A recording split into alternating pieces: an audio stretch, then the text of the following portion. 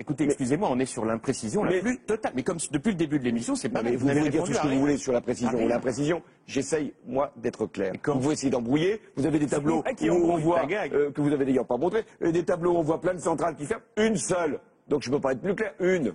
Donc vous pouvez faire peur à tous les autres travailleurs de ces centrales. Vous pouvez dire, voilà, j'ai un tableau que j'ai fait moi-même sur toutes les centrales qui vont fermer, mais en face de moi, vous avez le candidat qui vous dit une. Ah mais non, il y en a quand même plusieurs parce que j'ai fait mon tableau et que, Monsieur Hollande, vous vous rendez compte, je l'ai même présenté à Jack Lang.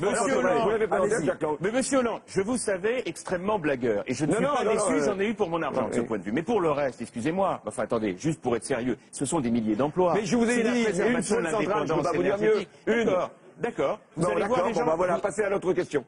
Enfin, c'est comme vous voulez, mais je peux vous prouver. D'accord, ok, j'ai entendu. Allez-y, passez à l'autre question. Mais enfin, je note quand même la manière dont vous la balayez d'un revers de main avec les centaines de salariés qui vont avec. Vous allez aller les voir pour leur dire? Et je vais les rencontrer dans peu de jours. Bon. Je vous tiendrai au courant, n'ayez pas peur. Non, mais croyez-moi, ce sera quelque chose contre vous. D'ailleurs, vous l'avez dit à plusieurs reprises durant l'émission.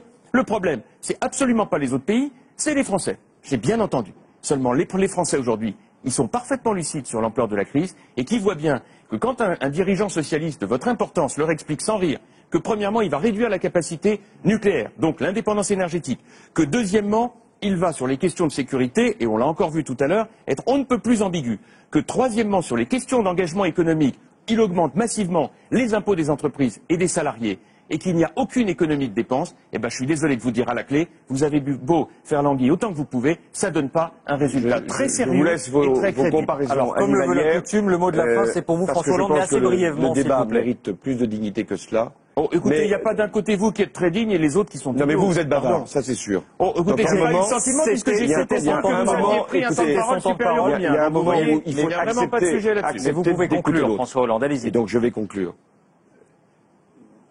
Vous avez un bilan. Il est lourd. Et vous aussi, vous avez un bilan, hein? Vous avez été président du Conseil général de Corrèze, vous avez plombé les têtes du Conseil général de Corrèze. Vous laissez François Hollande conclure.